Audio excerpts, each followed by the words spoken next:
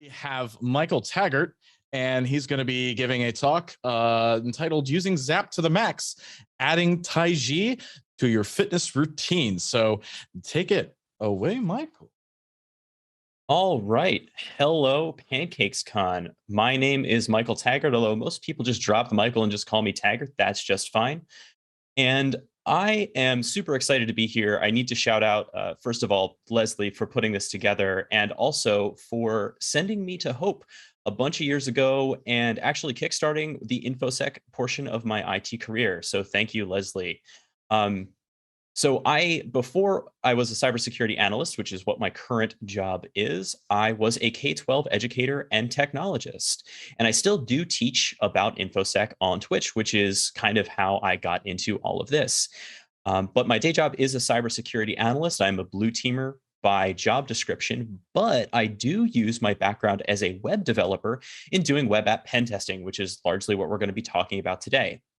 I am also a writer. As I said, I'm a streamer and a martial artist for more than half my life, which is going to factor into the second half of today's talk.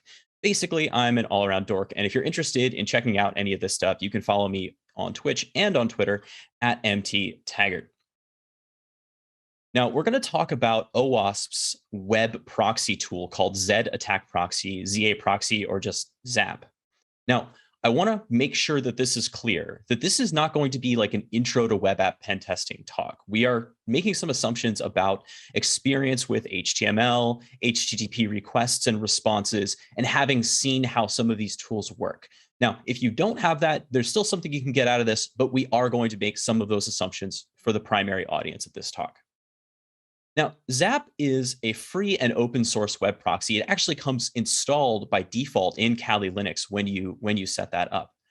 And it's an alternative to the pretty well-known Burp Suite, which is a fantastic piece of software. But Burp's really advanced features are paid and Zap's are not. I've been using Zap for a long time now, and I've come to actually prefer it over Burp.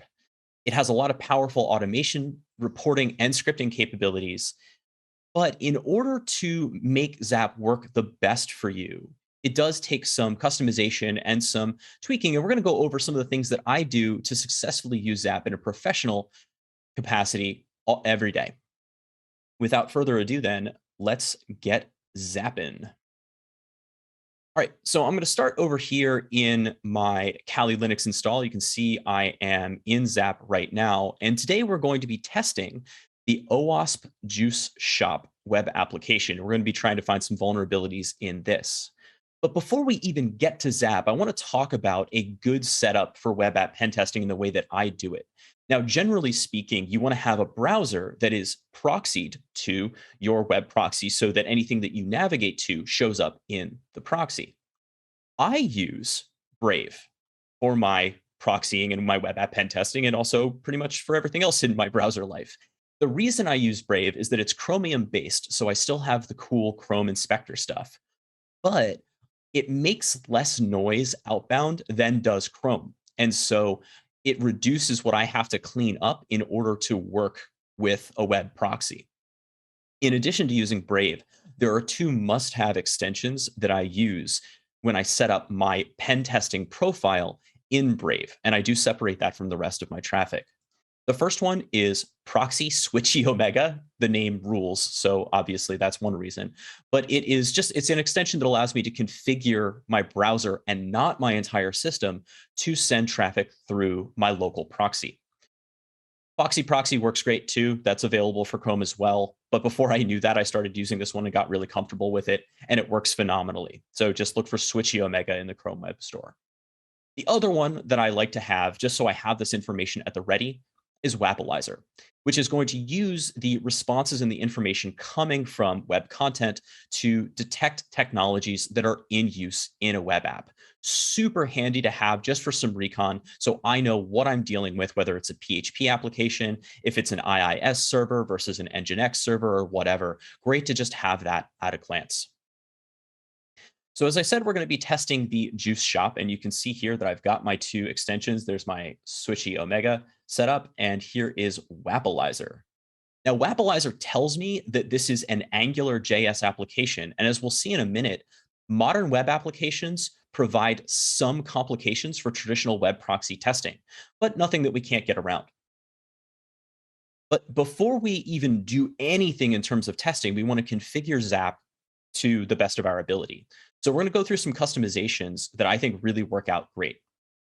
The first thing that we want to do is set up any of the additional plugins that we can add on to ZAP to make it even more powerful than it is out of the box. ZAP has a really active and vibrant add-on marketplace, which you can access through this multicolored button right here. And some of the must-have plugins that I use are the community scripts, which are additional script-based extensions that the community has added, things like bug hunting scripts. There are even scripts for specific vulnerabilities. So if you want to set test for like Telerik vulnerabilities or whatever else, that's going to be in there for you. Lots of great material in there for you to check out. In order to run community scripts, you're going to need the custom payloads plugin. So that comes with the dinner, basically, when you install community scripts. And in addition, the Python scripting plugin will come with that as well. And I love the Python scripting plugin. Even though ZAP is written in Java, it has the ability for you to add extensions to it using a Python-based API. That's pretty advanced stuff, but there are situations in which you want to do some custom things with headers. And the Python scripting module makes that really, really, really easy. I also have the FuzzDB lists installed, and that's just for quick access to easy testing payloads for fuzzing at a target. Sending many different variations of an SQL injection attack or a cross-site scripting payload. These are going to be in here for that. It also has word lists for names and usernames, and even some passwords. And then lastly, just because it's super topical, the OST support for out-of-band testing, where you need to trigger a response to a third-party server, is available now, and that is particularly useful when you're testing for Log4j. And so, in fact, if you install the Log4j testing component in ZAP now, it requires you to use OST support. With our plugins out of the way, there are some creature comforts that we want to set up in just the global config of ZAP, because out of the box, there are some things that might not make sense for us. The first thing I want to call attention to is that every time a request comes in to ZAP, you can see that I've got this history down here, and it's going to be showing me the request and the response in this field. And it's going to try to render the body of the message. But sometimes the body is gigantic. So we're going to start by going into our global options in the gear icon here, and we're going to go to our display section. I have the ability to set up the minimum size that is the cutoff for the automatic rendering of messages. And I like to set that pretty low to like 100,000 bytes, because if I need to look at something, I can enable that rendering. But by default, turning it off for really big messages really speeds ZAP up. It is a single-threaded application, so you want to be careful about how much you're making it do with messages that it's ingesting. So I like to knock that down to around 100,000 bytes. You can play with whatever size works for you for whatever target you're working with. Global alert filters, also super important. Now, I don't have any set up here because we wanted to add one live, but as you can see, we have some alerts coming in from ZAP. If I look at alerts here, I'm getting alerts on content security policy, cross-domain JavaScript, things like that. But ZAP is applying a severity to them that I may not agree with, or my organization may not agree with. So for my report, I want to make sure that any of my decision-making is reflected in my alert severities. To do that, I'm going to click Add, and my personal favorite is the clickjacking. The clickjacking vulnerability. Now I can't find. Oh, there we go. Anti-clickjacking header. In an internal test, it's by medium by default, but in an internal test, the anti-clickjacking header may not be as severe. It's something to make note of, but may not be as concerning a risk. So I can choose the anti-clickjacking header alert type and change the new risk level to low rather than to medium. I can confirm that. And then anytime that shows up in my alerts, this filter will be applied. Now, this is also global across the board, not just for this target. Similarly, the global exclude URLs, you want to use some regular expressions to set up anything that your browser is going to make noise with. So as you can see, I have a regular expression here that's just knocking off everything going to brave.com. I'm just excluding that from the proxy right out the gate. I don't have to worry about it. It's not going to show up in my sites tree here. If you have an alert that you absolutely want to silence, you know that you don't want it, you can go to passive scan rules and shut it off. So here I've turned off the timestamp disclosure alert because it's not helpful to me. Yes, things are going to have timestamps or things that look like timestamps, but I don't really care about that. So I've turned that off. I don't want to fill my report with garbage. Lastly, in customization, and I know that we're going very, very quick on this, but I wanted to make sure that we got to the actual testing here. Lastly, ZAP has built-in spidering and attack modes. You can just tell it to attack a target, but that's a bad idea. You don't want to send any of these automated tools blindly at a target. You want to be considerate about what you send it at. And I prefer generally to fuzz something to attacking. And when I attack a target, I'm not doing the entire site at once. I'm picking my endpoint to send my payloads to. To make that a little bit easier for me, I'm going to make custom attack policies that only do one kind of attack at a time. So if I go to my scan policy manager, which is this little EQ mixing button up here, it's also available in Analyze and Scan Policy Manager. You can see that I have a couple of policies already made, one for SQL injection, one for cross-site scripting. And if I wanted to make a new one, what I would do is I would click that add, name my new policy, and change up my thresholds, which is the threshold at which it is going to alert on something. And if I set it to off, it won't run the attack. So if I apply off to all, everything is turned off. And then I can pick whatever specific attacks I want to run against a target. So if I did want to run something like server-side inclusion or server-side code injection, I can set that to threshold for medium for alerting. And then if I really wanted to be aggressive with my attack, I can use high on both of these to use more of the payloads in the payload database. All right, that's it for customization. Now we're going to get ready to actually attack something. So we're going after Juice Shop here, and you can see that I've logged in here. If I reload the page, I will get new data in my history. You can kind of see I've got a local timestamp that is close to what we're doing here. All good. But in order for me to really work with this target, I have to add it to a scope. So to do that, I'm going to right-click on the site and include in context and make a new context for this thing. I will name it Juice Shop. And I will give it some information about what technologies it's using. We don't know what database it's using, but probably not Oracle. So in this particular case, I'm going to go for MySQL, Postgres, SQLite. And I'm going to uncheck the rest of this stuff because this changes up the kinds of attacks that ZAP will run. I'm going to re-enable the JavaScript language. Obviously, this thing is written in Java. So JavaScript, I should say. And so that's a good baseline for an app like this, a modern web application. Now, one thing that we have to do, this is an authenticated test. I have an account on this site. One thing that a lot of testers do is they will elide setting up authentication with an authenticated site because it's hard. But I'm going to show you how to do it the right way, even for modern web applications like this.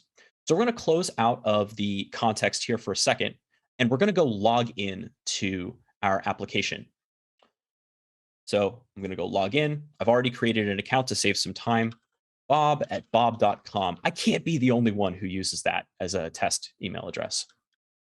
Super secure password, and I'm logged in. Now, that login did send a server, an HTTP request to the server. You can see in REST user, now there's a post request that has my data in it. And be aware of that, your password is going to show up, right? Now that I have that, I can go back into my context by double clicking, going to authentication and setting this up the right way. to tell ZAP how to detect whether it is authenticated. And it's going to try to do that whenever it does any spidering or any attacking because it wants to make sure that it's authenticated. So I'm going to go ahead and choose JSON-based authentication. Yes, it's a login form, but the data sent is JSON in nature. So we choose that. I have to point this thing to the login form or the login post request, really. So I'm going to send it to REST user, and then there's that post request right there after I clicked on select. Now that I have this data loaded, I can choose my parameters. Email looks good for username, and password is password. Awesome. From there, I move down to users, and I'm going to add username, say Bob, set the right username to the email, and the right password. Okay, now the context knows how to authenticate, but can it detect whether we are authenticated? The way to know that is by checking HTTP sessions. And let's remove this and see if it can. So we're going to reload the page and see if it picks up the session. Okay, it does. Phenomenal. The reason it's doing that is because in our config, our global config for HTTP sessions, you'll see that one of the options is for looking for tokens. Now, if you're not picking up HTTP sessions, one of the things you want to check for is whether the specific cookie that your application is using for tracking your session, if that key value is available to you. And if it isn't, go ahead and add it. So just for sanity, I'm going to add token in here. And that guarantees that the HTTP session is getting tracked. And that's what it will update when it needs to re-authenticate to a site. All right, now let's run some stuff against it. When we want to do some passive scanning, we have two options here. The first one is going to be a spider, which is a traditional spider where you look at the response from the web server and follow any links that the HTML shows you. But we have a problem with a modern web application with a traditional spider. It'll still do some stuff, but look how small this is. It's very, very short. And that's because most of the content of this app is being rendered in the browser by the JavaScript. So a lot of the content isn't going to be accessible to ZAP in this form.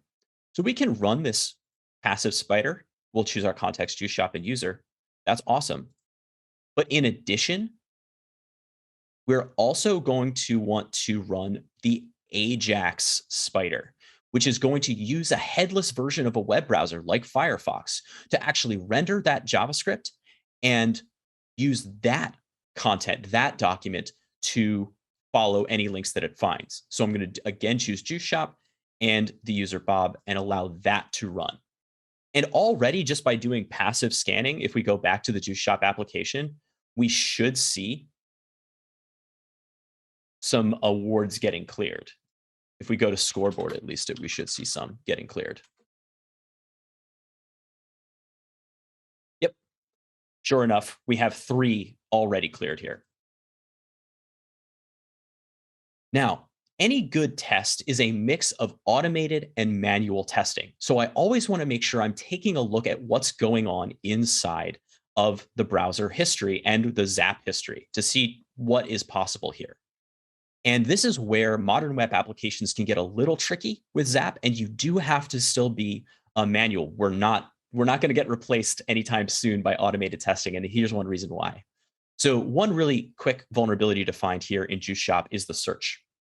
If I search for test here, you can kind of see that there's a reflection between what I put in the URL and what shows up here. The problem is, you see how this comes after this hashtag, this £? AngularJS is handling the routing for the application. The server is not. So all of this is actually happening in the browser, and no additional requests are heading back to the web server. So ZAP can't find this vulnerability for me. I have to find it. So if I want to give it a shot, I can go ahead and use an image test. And sure enough, there is reflected cross-site scripting on this site, but ZAP wasn't going to be able to find it. You, the web app pen tester, have to. But something that ZAP could find, if we're being careful about what we see, is this additional, maybe deprecated request back to search and queue equals.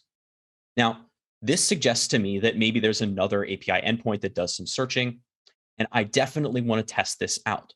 So the first thing I'm going to do is I can see that I got a 304 not modified here, which means I got a redirect maybe, but I want to see if it actually works if I send data to this get parameter of queue. To do that, I'm going to right click on that option or that request and open and resend with the request editor. This is like repeater in Burp. And I'm going to set test and go over to the response tab and hit send. I got a 200 and I got data. That rules. Okay, now that I've done that, what I want to do, now that I've got something that looks like this, my next instinct is definitely SQL injection, just to see if I can test for it, right? Because I got data back in some form. So to do that really easily, as I said, I want to run attacks intelligently. I now have a specific target to run an attack against. So what I'll do is I'll take that new request. I know it's kind of down at the bottom in the overlay, but I want to take that test right here. And I want to right click on this in the history and go to attack and active scan, which is our active attack. So I'm targeting that endpoint. I'm going to use the SQL injection policy that I've made that just does that. It doesn't throw the kitchen sink at it, just the SQL injection attacks. I'll use my correct user and go to work. And let's take a look at our alerts tab as that happens. Right away, I get SQL injection vulnerabilities detected. Super, super handy. And then the last piece I want to show, and then we'll kind of pivot. I know this was fast, but it's recorded, so you can go back and look at it again, is how to use fuzzing, because fuzzing and attacking work hand in hand. And generally speaking, I want to be doing more fuzzing than actually attacking. So another thing that I saw when I logged in was a basket. So here's a request to rest/basket/6. That 6 sets off all sorts of alarms for me as a web app pen tester, because I want to know, okay, so I got data back from it. Can I access other baskets? Easy enough to test. What I'm going to do is I'm going to highlight the location that I want to fuzz in this content, right click on it and choose fuzz. This opens up the fuzz dialog, again, very much like Burp Intruder. And I have a position already set up. I'm going to go to payloads, add, and numbers. From here, I'm going to set up my range. Let's do just 1 to 20. Add that payload and start the fuzzer. The fuzzer is going to run really, really quickly and give me data about what came back. Again, very similar to Burp. And you can see that if I'm sorting by response body, which I am, I definitely got access to other people's shopping baskets. I got data back from those requests. So already definitely getting some great findings back just by setting up ZAP to work the way that I want it to. I know that was fast, but as I said, this is recorded and I'm trying to make time for questions at the end. All right, with that, we're going to pivot and also calm down a little bit to talk about Tai Chi Chuan, also known as Tai Chi. I have been a martial arts practitioner and specifically a practitioner of traditional Chinese martial arts for more than half my life, and I love them. I really, really believe in their benefits for people. Tai Chi is a traditional Chinese martial art, and the legend says that it was the movements were based on a fight between a snake and a crane. But the reality is that it was invented, designed as a physical practice and a martial practice for Taoist monks to provide spiritual as well as physical benefits. It is generally practiced slowly. That's what most people see, like in the park, right? But not always. And I was taught Tai Chi as a martial art. And some styles definitely do have quick movements interspersed with slower movements. It can be very, very powerful when you understand how to use it as that. But even if you don't want to do that, it is a fantastic exercise.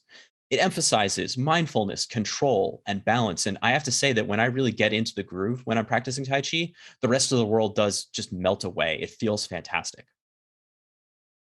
Now, These days, it's a lot easier to find people who teach yoga than it is to teach Tai Chi. And they do have similar benefits, but there are some important differences. Tai Chi is not stationary. So if you do some of the traditional forms, the sequences of movements, you're going to need some space. But the form that we've put together for you today, actually, you can do just behind your chair at your desk. As long as you have enough room to sort of expand your arms out to either side, you're going to be able to do this Tai Chi form. Both Tai Chi is both martial and spiritual. Yoga is not so martial unless you really read into some of the stuff in the Bhagavad Gita. But Tai Chi absolutely does have martial applications if you're interested in finding that meaning in there. Tai Chi puts a lot more load on the lower body than it does on the upper body. Now, in yoga, obviously, sometimes you're supporting your body weight with your arms. That's really not true in Tai Chi. Your hands are upright. Now, you still have to hold your arms out for long periods of time. And in later forms, you can use weapons, which are heavy. So you can get some upper body going there. But that is a physical difference. And as I said, it's a little bit harder to find teachers and classes. But I will say that with a little bit of practice, you can definitely get started with Tai Chi by just learning from some things online. I really do believe you can get started that way. Okay, super embarrassingly, here is me doing the Yang style 24-step form, just as an example here. So the principles of Taiji Chuan, and that Taiji, I should say, means supreme ultimate, and that icon we saw on the last slide refers to the supreme ultimate. It's not a brag. It refers to the unification of yin and yang, which is what the practice is supposed to embody. Our body is relaxed, but it is not limp. Our muscles are engaged, but only when they need to be. We're focused on skeletal alignment and making sure that movement begins from the hips or the core of the body. And in addition, that no one body part moves by itself. Everything is coordinated. There is also the principle of balance, meaning that for everything that goes up, something goes down. And you can see that here as one thing moves forward, one thing moves back, one thing goes up, one thing goes down. And again, the entire body moves at one time. It takes a lot of practice. And even though it seems like there's no effort going on, I have to tell you that your heart rate's going to go up when you do this because your quads in particular are always engaged. All right, so I want to go through a simple 8-step form with you that you can practice and learn some of the basic movements of Tai Chi yourself. So we're going to cut over to a video here that we're going to walk through a couple of times. Okay, so we're going to start our form standing with our feet together, and feel free to do this behind your chair if you have the space along with us. So go ahead and put your feet together, hands at your sides, shoulders relaxed, body up straight. We begin by bending our knees slightly and stepping out to the left. This is the opening of the form.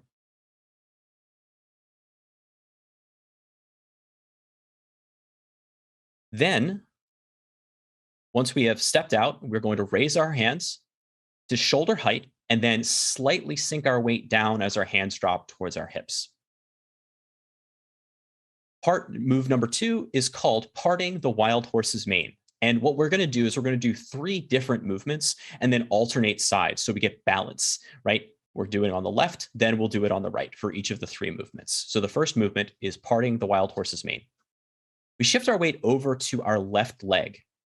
And what you'll see happen is my right hand comes across my body and comes up to my left shoulder. My left hand at the same time comes over to my right hip, and there's an alignment between elbow and finger. I'm like holding a beach ball, and I'm also trying to create a circle or maybe like a yin yang sort of symbol, which is intentional. My left foot comes into my right, and then I step out with my heel, and then I shift my weight to my left leg as I turn my body. And I know this takes some practice. I'm going to share the link to this video at the end in the Slack. As I shift my weight over, my hands travel past each other almost like they're crashing cymbals. And they end with my left hand out in front of me, kind of like I'm looking at my phone without reading glasses or something, directly in front of my chest, and my right hand is out to the side with my fingers pointing out to the right. This stance, which is going to be our ending stance for each movement, is known as the bow and arrow stance, or the bow stance. Here's our bow, here's our arrow. Notice that nothing is really locked out. Everything is curved, right? Where you use arches, just like in architecture. 60% of my weight is on my front leg and 40% is on my back. Notice that my toe is turned in here. That happened when I shifted my weight. And my front foot is out like so. There's an alignment between my knee and my toe. It shouldn't go over and it shouldn't be behind, just like this. From here, I'm going to shift my weight over to my right leg to allow my left foot to turn. And I bring my right foot into my left and create that beach ball again. Again, that alignment. I step out to the right, same way, and I part the wild horse's mane on the right. Again, notice that the toe is kind of the left toe is pointed out at a 45-degree angle, and my right foot is out here. I also wanted to note that you have to have this really nice alignment here, from heel to heel. If my heel is in line with my toe, that's no good, because then I'm going to be a little bit too tight roped and I won't have good balance. So I want to make sure that I have a little bit of separation between my toe and my back toe and my front heel.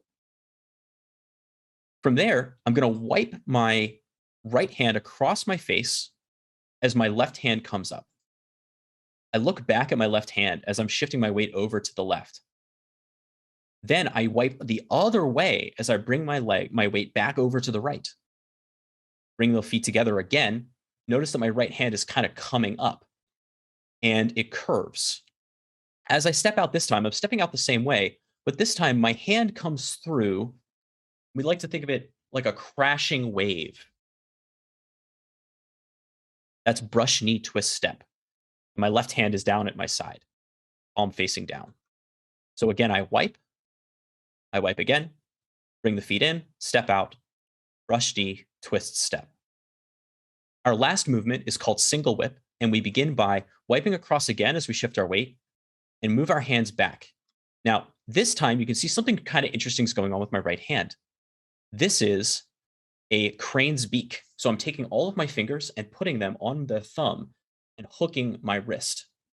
This is where the crane inspiration really comes from, or it shows itself. As I step out this time, my left hand wipes across my body and then comes out in front, just like so. This is single whip. And again, notice that I'm in my bow stance. To transition to the final single whip, both of my hands drop, then my right hand comes across, my left hand comes up. I shift my weight back over to the leg I stepped out with, which is the way we do this every time. Hook with my left hand, step out, right hand out. And we've got that nice L position between the arms. Finally, we move our weight back to center, turning our toe in toward our initial starting position, and our hands sink down as we stand up, and then we pull our left foot in, reversing the opening. I think we have time to show this one more time, so let's go ahead and do that. So again, we step out, open, we bring our hands up, and we slowly sink down. We shift our weight over to the left and bring the right hand over, pull the left foot in, step out, parting the wild horse's mane. Again, nice and relaxed. We shift our weight back and pull the right leg in. That was to turn this toe. And we step out to part the wild horse's mane on the right side. Then we wipe across our face with both hands. And then we step out to the left, brush knee twist step, our right hand like a crashing wave. Then we wipe the other way, again, pulling that leg we just stepped out with in and stepping out, brush knee twist step. And then finally, our hand comes out. Notice that it's wiping this way rather than this way. The left, back over to the right, and then we hook our right hand, stepping out, single whip. Both hands drop. We wipe to the right, come over to the left and hook, step out to the right, single whip. Then we close. So as I said, I'm going to share the video, this video and a link to another YouTuber that I actually think does a great job doing Tai Chi demonstrations if you want to learn more in the Slack after this talk. We can go through it again, or if there are any questions, we're at a good stopping point. Hey, actually, we do have some great questions both on ZAP and some Tai Chi. I was looking at your very end there, and I was thinking, watch me small whip. Now watch me nay nay. No, terrible, terrible joke. So yeah, let's see. Someone did have a question that whenever they use ZAP or Burp, I just go for their bundled browsers, which already have a proxy configured. Is that good enough? So there's a reason I don't do that, which is that even their bundled browsers are still phoning home to Mozilla all the time, which is why I don't like using them. I have more control if I do it by setting up Brave to work this way. Now, it totally works fine. You can absolutely do that. You can launch, because what ZAP can do is launch, open URL in browser. It can launch it in a controlled browser, whatever target you have. But as I said, it has a lot of overhead, and I find that because it's running as a child process, I don't know, it's less performant than using the browser independently. Very cool. And someone noticed that you turned off Brave alerts. Why did you do that? I turned off Brave alerts. I think they mean the global exclude URL here.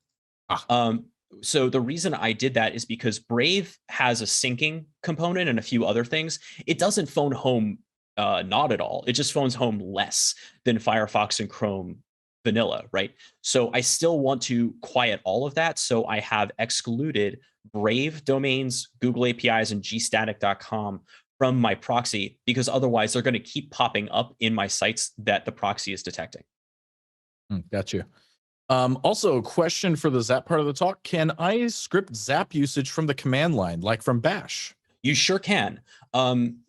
Kind of from Bash. So the automation features are really rich. There is a Python-based API. There's also a Java-based API. But in addition to that, it has recently been added this automation feature, which allows you to set up an automation plan for the kinds of attacks you want to run. You can build it out in ZAP and then save it as a YAML file so that you can import it or modify it however you want. I have done web app tests against like entire cPanel sites, like hundreds of sites, and I have scripted that all from the command line using the Python API. Very, very cool. Someone was remarking how they were having a tough time of finding a place to learn Tai Chi. They were using DVD and some YouTube videos, but they always seem to be getting the forms wrong. I think you said in either your slides or there was something, you have some recommended resources that do a very good job of showing Tai Chi forms. Yes, I do, and I'll share those in Slack. Fantastic. And then can I request the editor? Wait, let me read this right. Can I set the request editor window to show request and response at the same time instead of having to switch between tabs? Yes, you can. If we open the resend request editor, I have a bunch of different view modes here where it says here separate tabs for request and response. That's the way that I like it, but I can also set it to request shown above response. And now you can see request and response in one window without switching. That's dope. And then it looks like Johnny from the chat also has a last minute question here. So we can also set up those global filters for the bundled browsers? Yes, you can. The global alert filters are going to, and don't forget that they're persistent across sessions. It's not just for your specific session, but those global alert filters are going to change for anything that you set up, anything that comes into the proxy. So regardless of what browser the traffic is coming from, including if you do it with curl and the command line with the proxy, those alerts will still go through. And I'll quickly say that one of the things I love to do when I'm doing API testing is I'll load up the API spec in Postman, right, or some other API specific testing tool, proxy it through ZAP, capture the traffic and the authentication keys and things like that, and then use ZAP to do the fuzzing on the actual endpoints. So, and even there, the alert filters will apply. Very cool. How long have you been doing Tai Chi, by the way? Oh my God. So yeah, 18 years. Wow. Well, yeah. have you gone through like many schools of Tai Chi, like different actual schools and teachers and traditions of it, or have you stuck with just one? Mostly one teacher, but yeah, there were a couple, and then kind of learning on my own after that. And I've done Yang and Sun styles of Tai Chi. I did a little bit of Chen, and then the rest of my traditional martial arts experience is also Chinese martial arts, but um, other internal arts like Xingyi, Bagua, and then also Northern martial arts like Baji Twin. I got you. Yeah, I have Chen's book over on my bookcase. Nice. I've done very cursory. I've only done like the first maybe 18 of the short form in that over there. So uh, opened up almost exactly the same that you did it, and then you are just doing a few different moves differently at the beginning. Same moves that you do later on in the short form that I learned, but you were doing. It was really cool because I was like, oh yeah, I remember doing that. So, Sen style is the oldest of the Tai Chi yes. styles, and Yang is the newest. But and kind of like most regulated. But it's the one that most people will have access to. Yeah. Well, I tell you what, everyone's raving about you in chat. This was fantastic. Everyone's giving you applause and everything else. So thank you so much for sharing your wisdom on ZAP and opening our eyes to Tai Chi and martial arts there. So thank you so much for stopping by.